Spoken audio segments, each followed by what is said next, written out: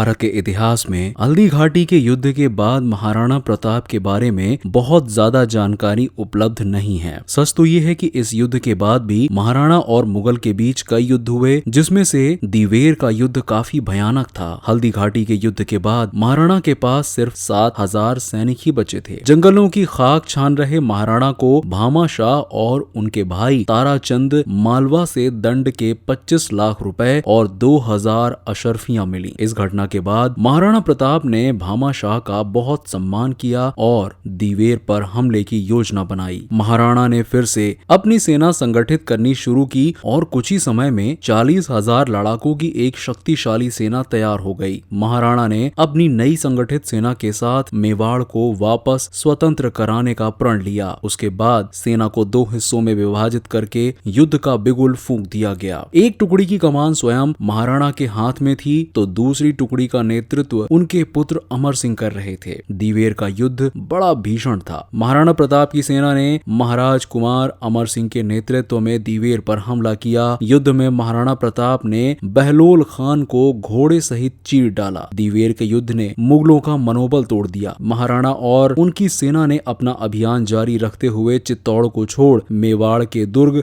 वापस स्वतंत्र करा लिए। दिवेर का युद्ध न केवल महाराणा प्रताप बल्कि मुगलों के इतिहास में भी बहुत निर्णायक रहा। मुट्ठी भर राजपूतों ने पूरे भारतीय उपमहाद्वीप पर राज करने वाले मुगलों के हृदय में भय भर दिया। दिवेर के युद्ध ने मेवाड़ में अकबर की विजय के सिलसिले पर न सिर्फ विराम लगा दिया बल्कि मुगलों में ऐसे भय का संचार कर दिया कि अकबर के समय में मेवाड़ पर बड़े आक्रमण लगभग बंद हो गए। इस घटना से क्रोधित अकबर ने हर साल लाखों सैनिकों के सैन्य बल अलग अलग सेनापतियों के नेतृत्व में मेवाड़ भेजने जारी रखे, लेकिन उसे कोई सफलता नहीं मिली। अब अकबर खुद 6 महीने मेवाड़ पर चढ़ाई करने के मकसद से मेवाड़ के पास डेरा डाले रहा, लेकिन ये महाराणा प्रताप द्वारा बहलोल खान को उसके घोड़े समेत आधा चीर देने का ही डर था कि वो सीधे तौर पर कभी मेवाड़ पर चढ़ाई करने नहीं आया। तो दोस्तों, ये थी हिस्ट्री और मिस्ट्री की एक और पेशकश।